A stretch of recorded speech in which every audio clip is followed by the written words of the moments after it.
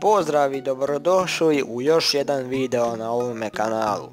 Danas ćemo pričati, tačnije gledat ćemo neke fotografije koje će vam pokazati koliko se neki glumci ili poznate osobe mijenjaju. Tačnije, u ovome videu počinjemo sa novim serijalom Nekada i danas, u kojem ću vam pokazati fotografije nekih glumaca ili kao što rekoh poznatih ličnosti od pre nekoliko godina ili čak decenija i od danas. U današnjoj epizodi ćemo to obaviti za seriju Lud, zbunjen, normalan. Pre nego krenemo u fotografije, zamolio bih vas da lajkujete ovaj video i pretplatite se na kanal, te naravno ostavite komentar za koju još seriju ili film da radim ovakav video. Pa da krenemo.